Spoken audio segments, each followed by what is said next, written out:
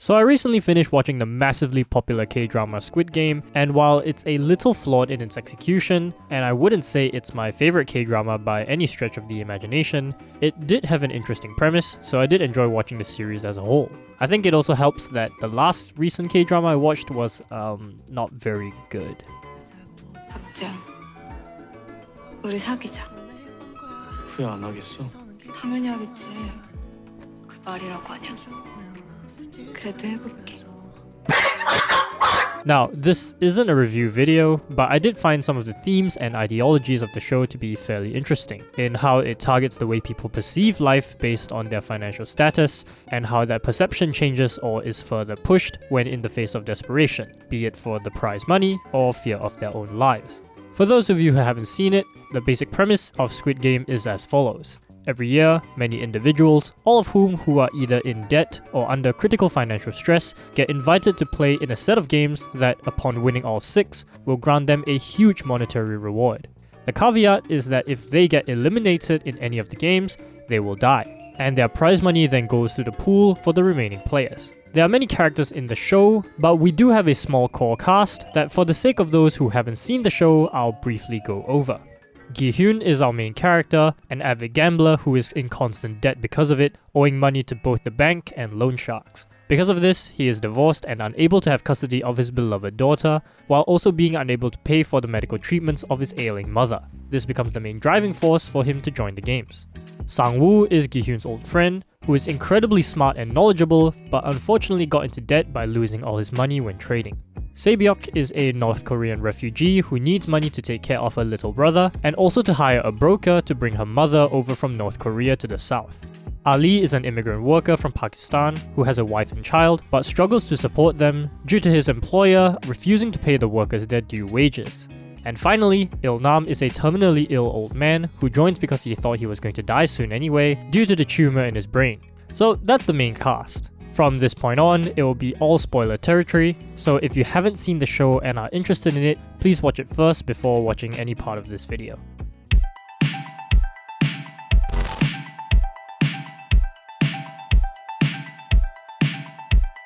In the show, by the end of the first game, a little more than half of the players are eliminated. It becomes very apparent to the remaining players that their lives are on the line, and they decide to pull a vote on whether to continue the games or not, since that is allowed within the rules. And by the end, Il-nam ends up being the tiebreaker, and the majority votes to stop the games.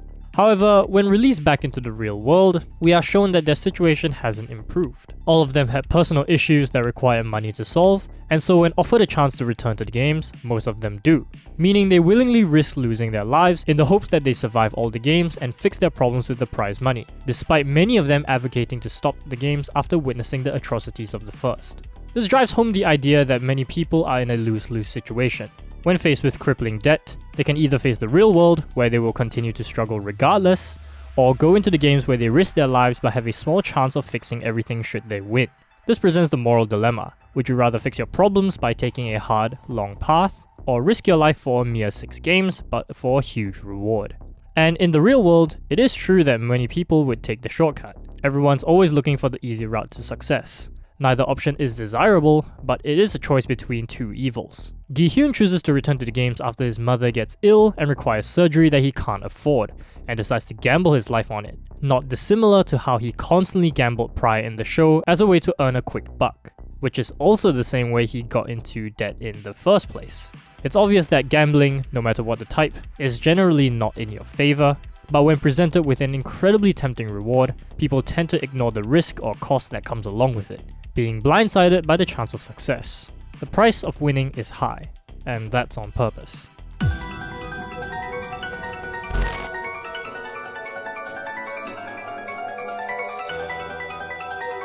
Throughout the show, we see how the characters change throughout their journey in the games. For the most part, it's for the worse. Some characters are already terrible human beings like Deok-soo, who only cares about himself and actively tries to eliminate other players, while others gradually show their changes like Sang-woo, who by the 5th game shows his true colors by being willing to openly kill another player in order to survive. Many of the players join alliances when they think it's in their favor, and willingly betray them once it's no longer needed. This is also especially evident in the 4th game, where players are told to team up. The players, thinking that they will be playing alongside their teammate, naturally choose only the people that they've worked with or with whom they are more familiar. When it is suddenly revealed that they were playing against each other and not alongside, that many of their true colors begin to shine through. Doksu's partner suddenly becomes more arrogant and condescending towards him, which isn't surprising considering Doksu only managed to get people to work for him through intimidation and not through actual teamwork or friendship. However, it becomes more interesting when we look at our main cast of characters. Sang-woo is paired up with Ali, and when the former begins to lose pretty badly, he suddenly flips and accuses Ali of cheating, despite Ali having played fairly. Sang-woo then decides to trick Ali and secretly swaps his bag of marbles for a bag of pebbles, thus eliminating Ali, who at up to this point had fully trusted Sang-woo. Despite having indirectly killed a man who fully trusted him, he shows no sign of remorse because he is blindsided by the idea of victory and the prize money. He throws away any shred of morality left for his own benefit, even at the cost of others' lives. On the other hand, Ji-eun pairs up with Il-nam, and the basis for him pairing up was that no one wanted to pair up with Il-nam, so Ji-eun, taking pity on Il-nam, decides to pair up with him in order to help him, which is more horrifying because it is revealed that they have to play against each other instead. When presented with the opportunity, Ji-eun ends up reluctantly taking advantage of Il-nam's old age and poor memory to trick him into losing. But when it is revealed that Il-nam actually knew he was being tricked, Ji-eun feels incredibly guilty, but is only willing to continue because Il-nam urges him to, stating that the friendship and bond they created while teaming up for the games was very valuable and that they'll always be friends. As such, Ji-eun walks away a reluctant victor, and I think this scene is what shapes Ji-eun's ideology by the end of the show, which I'll get into shortly. Sang-woo and Ji-eun are opposite in how they tackled this game. They both might have emerged victorious, but the former did so through manipulation and betrayal towards a man that trusted him, while the latter won because of what he thought to be Il-nam's kindness. This moment is a turning point that ends up shaping how these two characters carry themselves, which we ultimately see when it culminates in the final game when they face each other. These two characters are very similar in their background and how they start up, but their approaches couldn't be more different. When in desperation, would you turn your back on others, or will you stick to moralistic ideals? It's hard to say.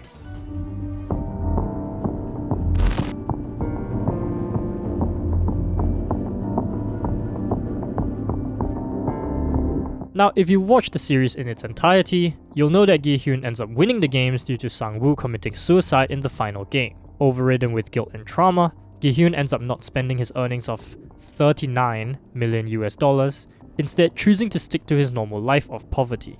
However, he is then contacted by a dying Il-nam, who is revealed to have survived the fourth game and is in fact one of the creators of the games in the first place. Ji-eun naturally becomes enraged and demands answers from Il-nam. While talking, they see a homeless man on the streets during a cold winter night. Il-nam then proposes a bet. He bets on the homeless man being ignored on the streets, while Ji-eun, believing in the kindness of others, bets that someone will eventually come to help him.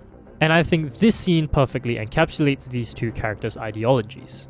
Il-nam, who is rich and powerful, has likely seen the ugly side of people when faced with greed, both in the rich, during his time as a businessman, and with the poor, when he watches how people turn on each other in the games. He likens the players of the games to horses in horse racing, treating them as less than human, and betting on them for money simply because they were worthless human beings who were selfish and had nothing to lose anyway.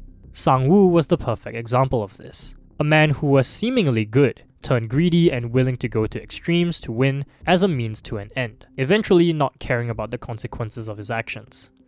Ji-eun, on the other hand, couldn't be more different.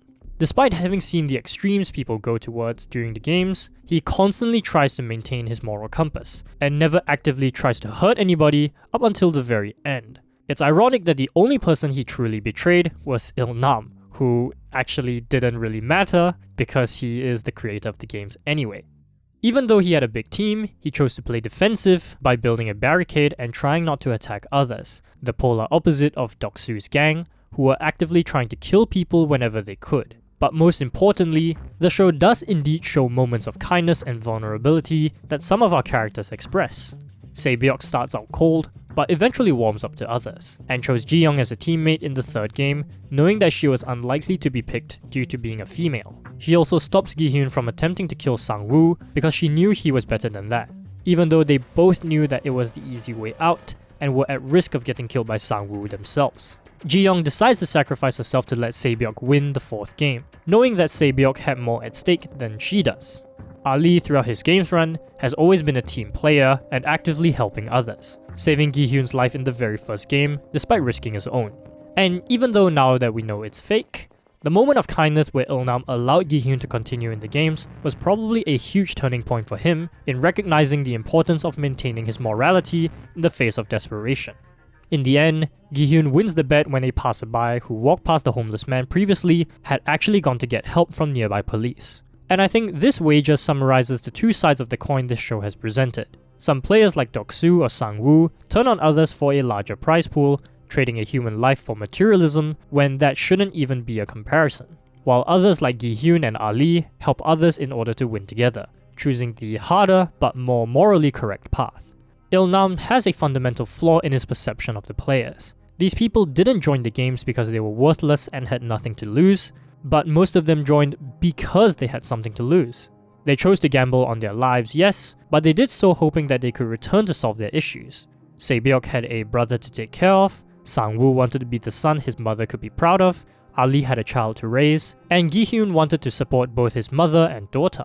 That is why Gi-hyun had to be the winner of the games. He's shown to be quite possibly the worst father in the world, yes, and his life is a wreck, but he is still a good person at heart, and his current position doesn't make him any less human compared to, say, the VIPs of the show. It may be unrealistic, but it's to prove a point. Il-nam is simply wrong. There will be good people even in times of desperation, and human lives should never be considered worthless, no matter their status in society.